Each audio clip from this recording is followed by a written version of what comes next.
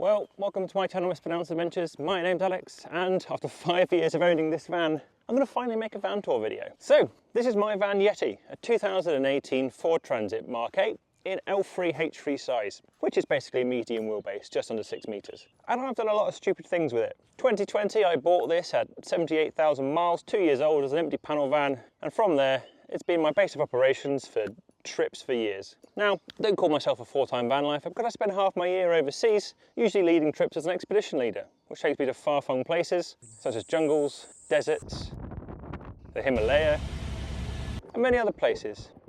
Tomorrow we're going down there. But that has directly influenced how I built this van and the places I've taken it. So this van has taken me to 20 countries, from enjoying Halloween at Dracula's castle in Romania, coastal camping in Croatia, but what my channel is particularly known for, 4 Arctic winters. Which is going to be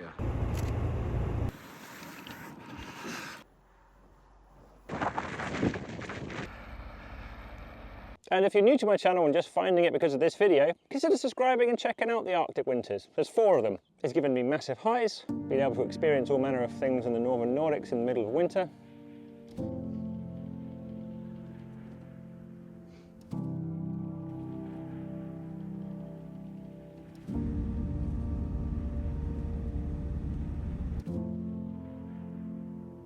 And it's also given me some lows, where I've weathered some crazy storms which were blowing the van off the road.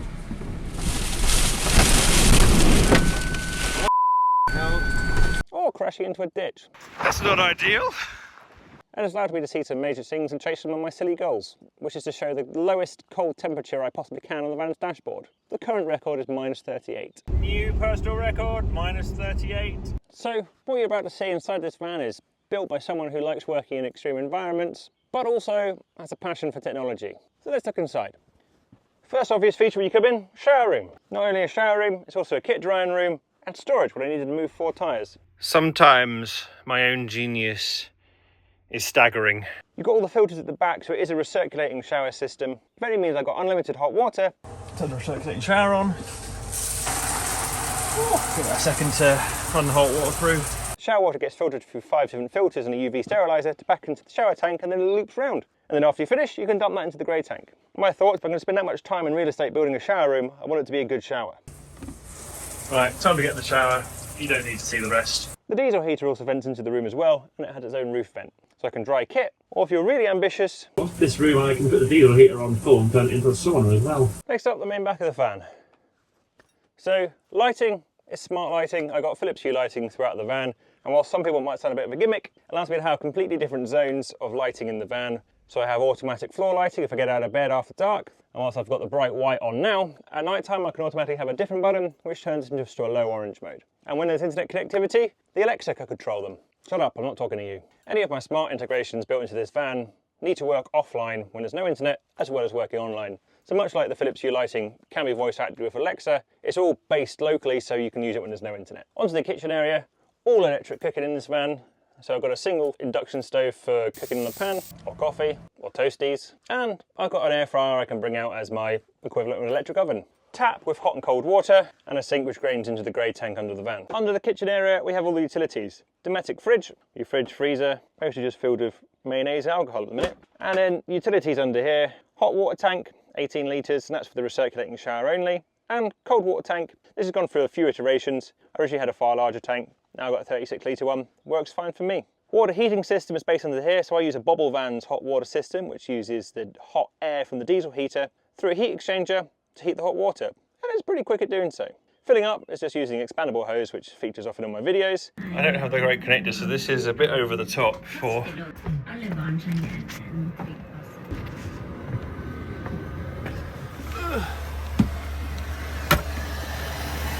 And the main hot air ventilation for the fan comes out this vent here. On the subject of heating, since I spend my winters living in the Arctic where it is quite cold, because of that I'm pretty familiar with diesel heaters. Diesel heater. For the heat, I said heaters heater. Leave the heat on. I use a 5 kilowatt Chinese diesel heater, but I've replaced the controller with an aftermarket afterburner controller, which allows me to log in remotely. I did turn the heating on in the van about an hour ago. And have a perfectly working thermostat. That Chinese heater I bought about 5 years ago for £84. Apart from new exhaust and one new pump, it's needed £6 in bearings and there's just over 6,000 run hours on it now, according to the Afterburner's data readout. On that Bubble Van system, I've also got their newer model as well, which is the Bubble Van Smart Controller, which has some automatic ducting valves which can change it from hot air to hot water. Even in some of those extreme cold environments, even this 5 kilowatt Chinese heater only runs at about half power to keep this 21 degrees inside. This van is pretty heavily insulated with 25mm insulation board over the top of all the cavities. The metal pillars have got 7mm closed cell foam stuck onto them and then carpet over it. And all these panels are nice and soft and squishy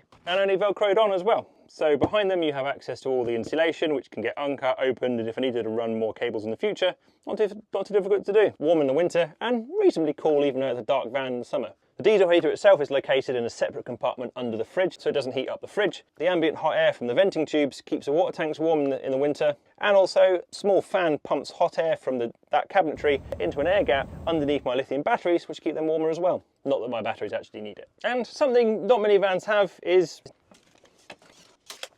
almost a 2.5 metre worktop. If you've been following the channel for a while, you'd have seen this worktop hundreds of times. This is where I do most of my electrical projects, gear reviews, kit reviews, disassembly, maintenance. Generally, for me, very, very useful space, which not many vehicles have such an open workspace. Storage-wise, upside, I've got my cabinetry, my kitchen cabinet, my clothes, and some more clothes. All these cabinets have got interior lighting as well, and the LED light strips. And again, I've run the LED light strips on the top, so you can't directly see them, but it adds a lot of bounce lighting, and you can illuminate the van. Or have any colour you want. Next up is storage, and that's one of the things which has changed over the years. On my driver's side, 2 big cabinets, 2 drawers which just contain cutlery and stuff, my electrical cabinet, and on this side is what's changed. 2 winters ago I rebuilt it, and now it houses my full-size 26-inch fat tyre e-bike, and even down this section, helpful pegs so I can hang my rucksacks and kit if I'm away. Window-wise, I've got my back vent window, which is right next to my head when I sleep. There's a reindeer outside my bedroom window. And I've got my 2 back windows, although these are very rarely seen in my videos because most of the time in the winter, and I have my entire back of my van's winter cover on. But let's have a look outside. And the back of the van. Major feature for me is the full-size bike slide. This is one of the videos I did a couple of years ago because I started enjoying e-bikes, and whilst I don't always have the big one in here, when I have no bike in there, I've just got loads more storage, or I can put one of my small bikes in here. And when the bike's out, you do have access to all this other storage. So my toolboxes, spare diesel heaters, camping kit, fire pit, rescue kit, which I've not needed, but a few other people have.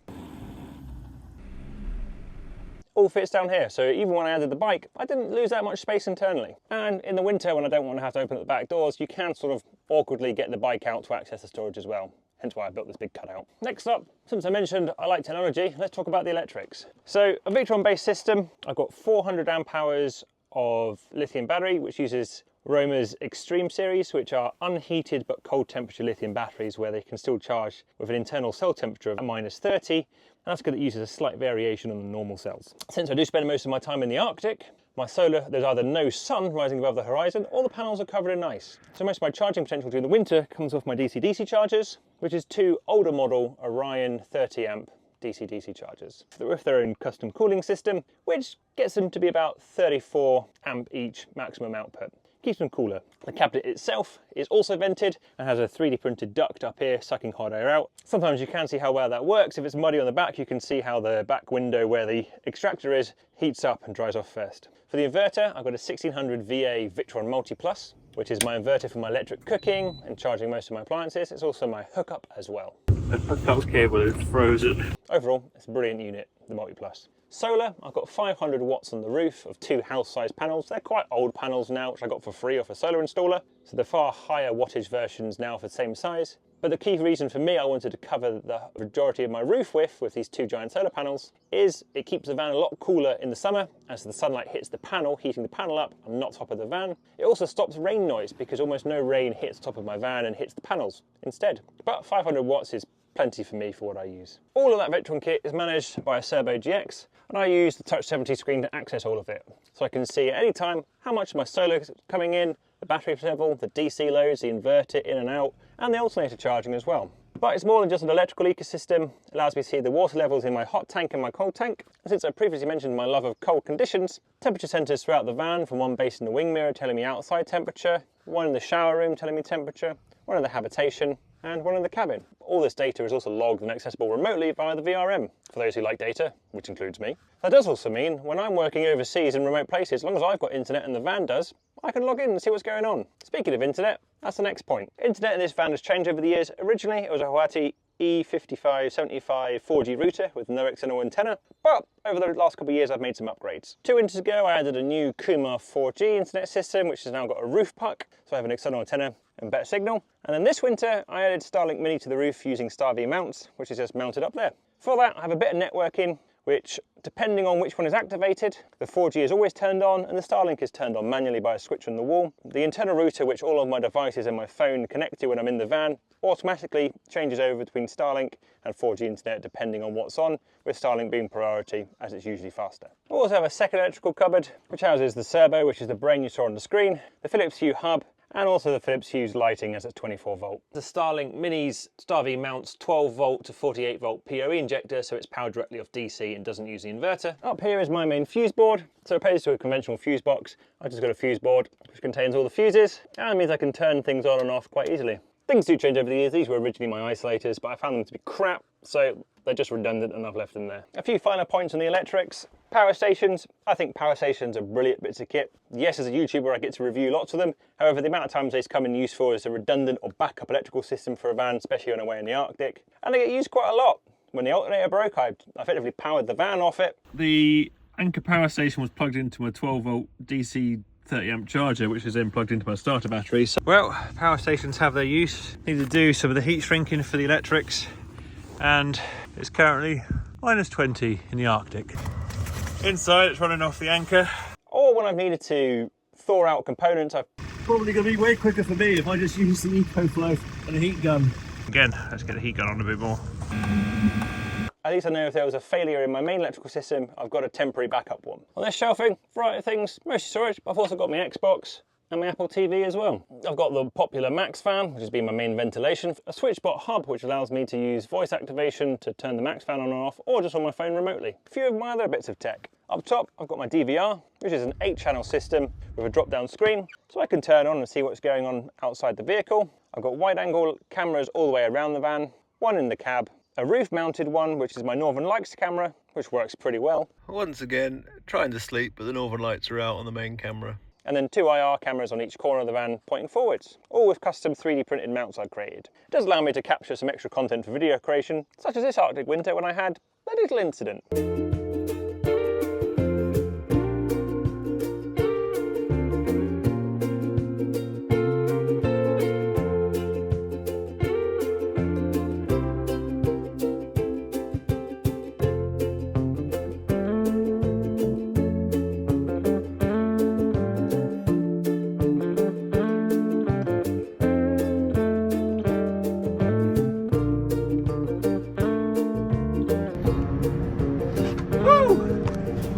That could have gone better. I'm in a ditch. We've also got a double control aux beam control panel, and we'll get onto that next.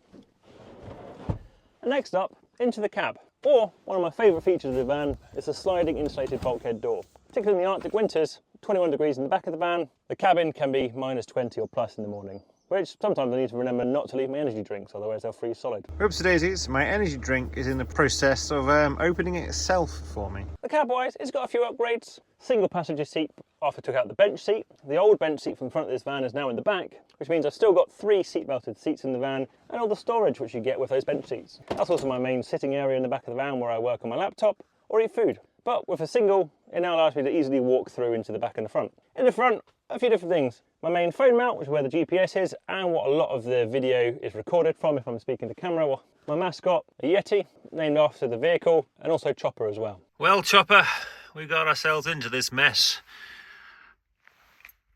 We might need some assistance to get out of it though.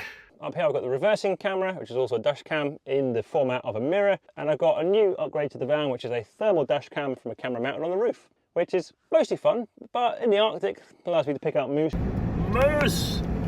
reindeer, and the odd northern light hunter who's in the road. There's a lot of northern light hunters, which I keep seeing. which the thermal dash cam is doing a great job at pointing out the side of the road.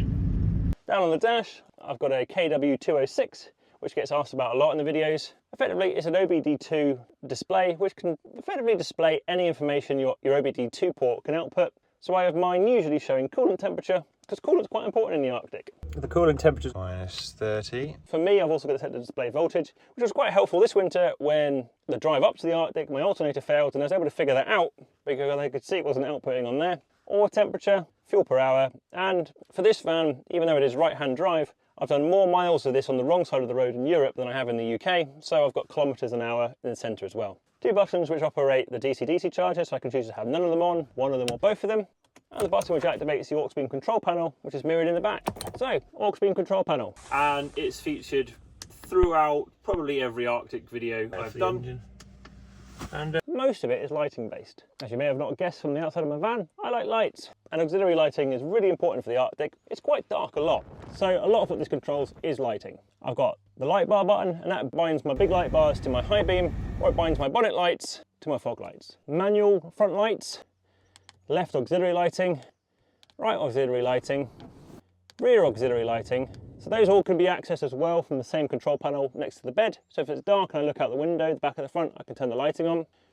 Rock lights, I originally installed these for festivals because I thought they looked cool, but turns out on the Arctic, they're really helpful when you get stuck. You can turn these on, it illuminates the underside of the vehicle and the wheel wells, so you can help dig the vehicle out or put snow chains on. So functional rock lights. Max fan control, so the max fan can turn on and off, and Webasto engine preheater. And my little secondary control panel, which doesn't get used that often, but it's more settings for my different lights. So on the front, I've got a variety of different lights. I've got my main white light bars and my orange spot lamps, which live on the A bar. And different snow conditions, I want white light or yellow light. So that allows me to switch between just white lights, just yellow lights, or both. The front of my van also has DRL, so I have orange DRL, or white DRL, or no DRL. And the DRL themselves come on with the ignition, but I can also have them turned on manually if I want them to. Let's talk about the engine preheater button. So, fun enough, the Arctic is cold. And I'm a bit cold and exhausted. How ridiculous this icicle looks.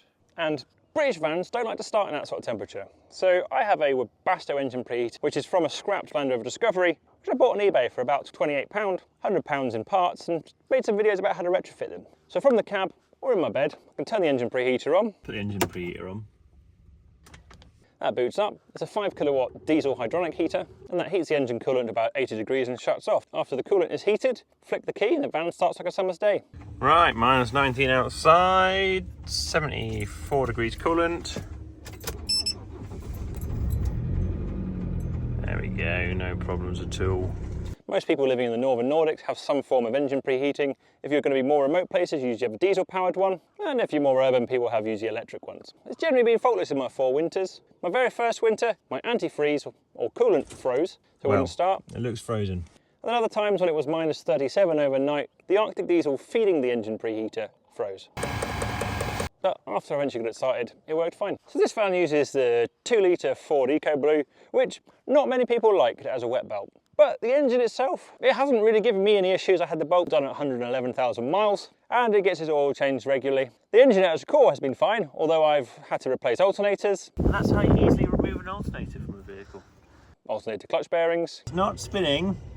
Very true. Power steering pumps, although it was probably my own fault doing donuts. And a few other bits over the years, but the core engine itself has been okay. This is also the Trend model, so that's the one which comes with heated windscreens, heated mirrors, electric mirrors, cruise control, leather steering wheel, all that sort of stuff, and the 170 brake horsepower one. Tyre-wise, I've got the ever popular BF Goodrich KO2, and frankly I find them brilliant in a heavy rear-wheel drive van. They've taken me through all sorts of dirt roads, and my first 3 Arctic winters, these were amazing. Even in deep snow, it's amazing how far I could take this vehicle on these tyres. However, this winter was extremely warm, so a lot more ice than snow, and I did end up in a ditch. So in Sweden, in a tyre hotel, I currently have my Nordic winter studded tyres stored. For those who are interested, I use 225/756, and I've got them on 16-inch CC2 Rogue alloys. Roof rack wise, I've got a custom made roof rack by me, although I can't weld, so it actually just uses 33.7mm diameter aluminium tubing and aluminium clamps from the scaffolding and hand-railing industry, which I painted black. It's lightweight, it was less than about 300 pounds, and it's easy to mount stuff to. I've got my cameras and their custom mounts, and all my lights on it, as well as my solar panels on some Vanguard roof bars which sit below it. Now we've got a few travel trinkets. Moroccan lamp with fake flame bulb, Moroccan carpet, which took me way too long to haggle for in the souks, or over this way, my RX head, which automatically comes on if the doors are open, or if the shower light is left on. Also, whilst we're here, one of the most useful features, a coat rack. The original parcel shelf is still in, so I've got plenty of stuff stuffed up here as well, for even more storage, which goes behind the shower room. And probably one of the most asked questions I get on my videos, because people don't always see it, and you might be thinking the same, is, where's the bed? Let me show you. For me, I'm 6'2", I cannot sleep widthways in a van with a permanent bed, and if I had a permanent bed for lengthways, then I'd have no space, nor would I have the ability to walk through the length of my vehicle. So I built a type of Murphy bed. And there we go. It's just under a Super King, about 10 centimetres short in each dimension. And at me at 6'2", or when my partner's with me on trips, fits 2 people no problem. Also means when I'm in bed, I've got access to my blinds, you can see the temperatures outside, all the lighting, the aux beam control panel, and then over there I can turn Starlink on and charge my phone if need be. And flip down the security screen and see what's going on outside the van. It's also where the screen lives, so you can watch Xbox or YouTube or do whatever you want to watch on that. A good evening is had, beer, catching up on the Bad Batch of Star Wars. And whilst I have almost no footage of it, when my partner's away with me, you can just have the rear panels and rear mattress put down to make some extra space. Joey's in her little nest. So you can be out of the way while someone else has still full access to the kitchen and worktop. And it takes less than 30 seconds to put down. Putting it away maybe takes about a minute to a minute and a half. And that's the bed. Some people don't like putting a bed away every day, which is fair enough. Personally, I like having all the additional space because I don't spend much time lounging around in bed. But it had to be simple. If it was going to be too difficult, then I'll probably get bored and not doing it. Unless I need storage. If I'm away on a trip where I've got 2 bikes or just more kit in here, I might leave the bed down. And I think that's the end of my van tour. I hope you liked my Van Yeti. It's built for me to go silly places and to accompany my love of travel and tech. But I'm filming this van tour because it's nearing the end of my time with this van. I'm going to be selling it soon so I can build something new, and I look forward to putting back into place some of the things I've liked and some of the things I've learned over the last couple of years. If you are new here, thank you very much for joining me. Check out some of the links and descriptions about Roma batteries, discounts, Autotherm heaters, Amazon, and blah blah blah blah blah, or just watch some of my other random stuff I've done, from bike trips, Arctic, gear reviews. But anyway, I just want to make content for you guys to enjoy, so thank you very much for joining me. If you've got any more questions, put them in the comments below. I'll see you next time. Cheers. Bye.